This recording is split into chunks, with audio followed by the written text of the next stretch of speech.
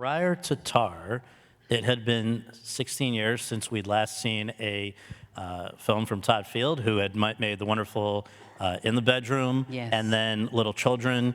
I wonder if you can talk about just the impression those films made on you earlier in the 21st century, and then how you became aware of the fact that he wanted to come back to feature films with this project Tar, which I believe he said to me, I remember, that I don't think this was going anywhere unless you were going to be part of it. So that's quite a compliment / pressure on you, and all of a lot of people were itching to see another Todd Field film. So tell us about that. Well, we met probably about 10, 12 years ago now. He was working with Joan Didion on a project, and for one reason or another that didn't happen, but the conversation that we had with one another was so engaged, and obviously I'd seen his films, and they're so deeply human that he just sort of, you could tell he was placing all of the actors and everyone just into a state of cohesive being. He creates an atmosphere and a world that is you utterly fall into, and then he pulls the rug out from under you. But you never feel tricked by him, you just feel incredibly disconcerted by his filmmaking. And so obviously I wanted to work with him. And he's so, such an experimenter as a filmmaker, in that intervening time. He's been continually experimenting with form and the way he uses cameras and the types of stories that he wants to tell. So it felt, when he came back with Tar, that he was just coming all guns blazing. And for me, it was an utterly once-in-a-lifetime experience. And I was saying to him the other day, it is very bittersweet in a way, because it's been such an incredible experience making the film, and then watching the impact that it's had on audiences who've seen it many times, not once, but twice or three times. I was working with Alfonso Cuarón in London last year, and he'd seen Tar, and he said, I've seen it 3 times. He said, I saw it once, and I just was blown away. He said, the second time, I was envious. And the third time, I went, how the fuck did he do that? All right, that's true. It's very haunting. A lot of people go back to it and pick up, such subtle things that are in there, like certain sounds even that have been inserted that that mean something more when you have the context of having seen it once before. Just all kinds of stuff. But I wonder for you, what did you see as your job with this character? What are you trying to communicate in playing this woman who she goes through the spectrum of experiences, emotions? I can't imagine, you're in every scene. I can't imagine you've ever bitten off as much of an assignment as this would have been for you. Well, sometimes a role, very rarely, hits you at a time when you're open to the sort of the subterranean aspects of what the film is dealing with. I mean, there was so much to do. Just to get to first base, to be able to play the character so that the audience would believe that, she had the unassailable right to be there, that she was a master of her craft. And that involved the prosaic things like, piano playing in German, and conducting, and, stick technique, and, having a musical knowledge. And you learned German for the part. Yeah, it just didn't seem authentic that she would be working at the head of a German orchestra, the intendant, the principal conductor, for 7 years, and then rehearse in English. It just didn't feel right. So.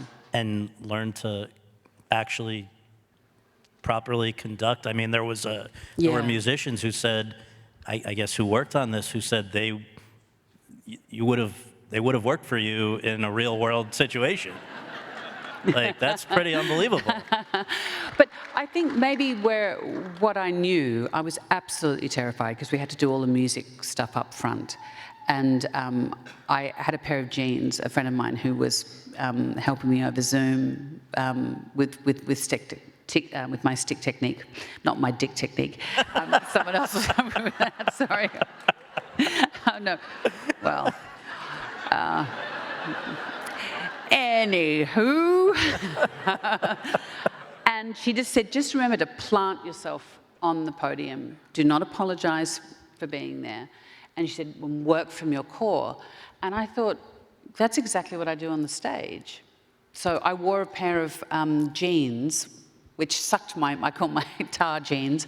And I just went up there, and in my bad German, I thanked them for their patience.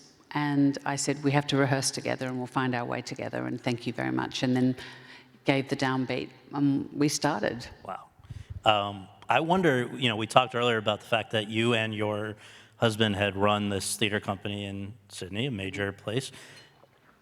Did that in any way inform some of the stuff that Lydia Tarr is dealing with as the person who's running a big artistic organization herself? Forget about the Me Too side of things that comes in, but just the power dynamics and the challenges that somebody at the top faces, where you got to keep a lot of people happy, the donors, collaborators, all of that. I mean, I just wonder if that was relevant experience. Yeah, I mean, when you have 250 people, between all the people who work in workshop and administration and, and building maintenance, and then you have the creative, the casts and crews who come through, and then you have, responsibility to your sponsors and to your board.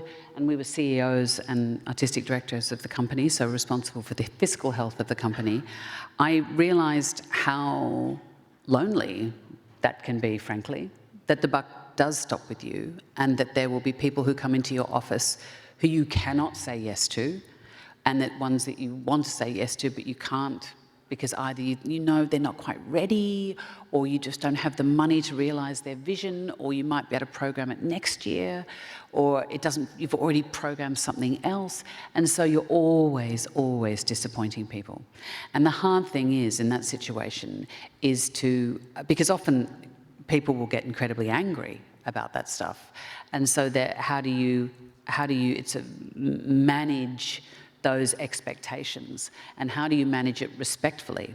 And the interesting thing, which I innately know being in the rehearsal room, is that sometimes rehearsal rooms can be, in order to move through something together, they can be robust places.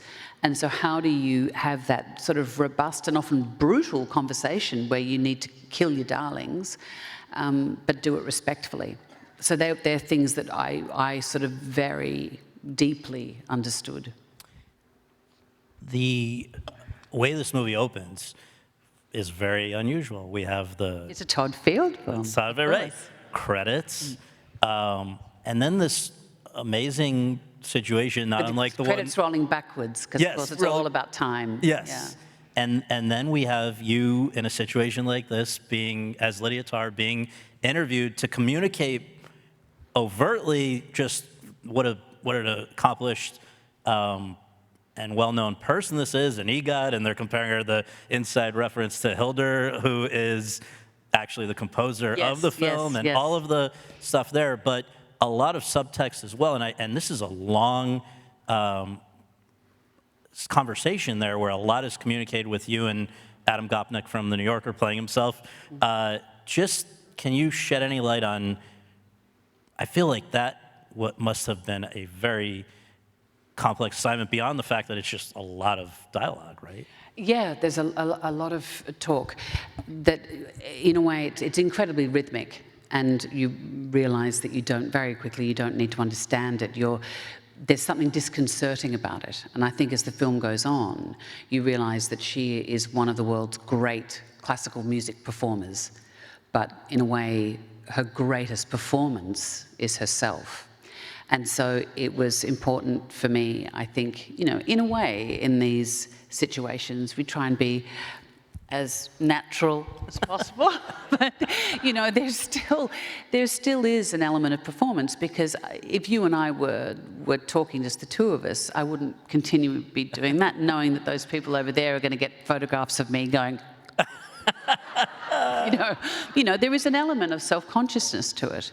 And I think certainly there is for maestros, because their behaviour is often absolutely cements their reputation and an orchestra's expectation about how they might deal with that particular conductor.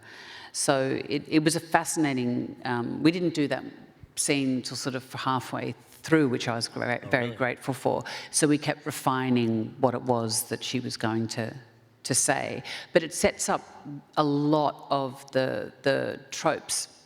And also you realise, because someone else's, her assistant, is mouthing her backstory, you soon realise that she's been running from herself and running from her past, and not in the ways that you think she has. It's a sort of an existential running, and that, you know, sort of chasing her shadow in a way, and manufacturing her identity in order to give herself the space and the access to be able to play the great music which she is, you know, a master of.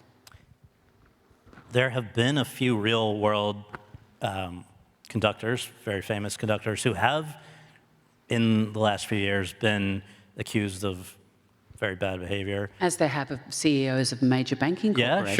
Yeah, sure. It's not, you know, this is the thing, is it could have been set in an architecture firm, or, you know, somewhere on Wall Street, or, you know, in Google or wherever, but perhaps that would have been a little more dry and less interesting. But most of them, though, have been men. The idea of having the, basically subverting that, having a woman in a way, in a world that outside of Tar is still extremely male dominated. I don't think there is to this day, a female conductor running one of the, however you classify that, top echelon of orchestras, right? No, I mean, it is a fairy tale still. The wonderful Simone Young, my fellow country woman, is she was the intendant of the Hamburg Opera and the State Opera and the orchestra there, but no, say for example the Berlin Philharmonic, there's never been a woman. So it's a fairy tale of sorts, absolutely. But this idea then of the woman being the one who's accused of essentially being a quote unquote, you know, or what we come to see as like the bad man. Mm-hmm. Is there something that you and or Todd would like that to provoke in terms of the audience to think about things? Is it make it easier maybe for men to reflect on things when it's not? I guess I don't want to put any words in your mouth, but do you see what I'm saying? Like, is there a strategy to the idea of making people think about things differently by? Well, the film was about many things. Right.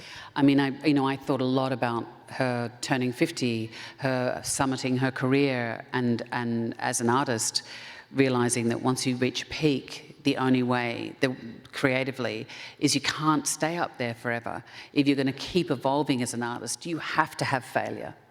And so, you know, she self-immolates in a profound way, in a way, starts again, but, you know, with a different access point to the music, you know, itself. But yes, I think, you know, if that had been a man atop the podium, I think that's something we would have understood, that we see day in, day out, and we would have had a particular relationship, perhaps a safer relationship to the examination of power that is one element of the film, for sure, yeah. But it wasn't, the fascinating thing about the responses that the film has had that, you know, exceeded our wildest dreams was that people have been talking about it. I don't think there's any right or wrong way to view the film.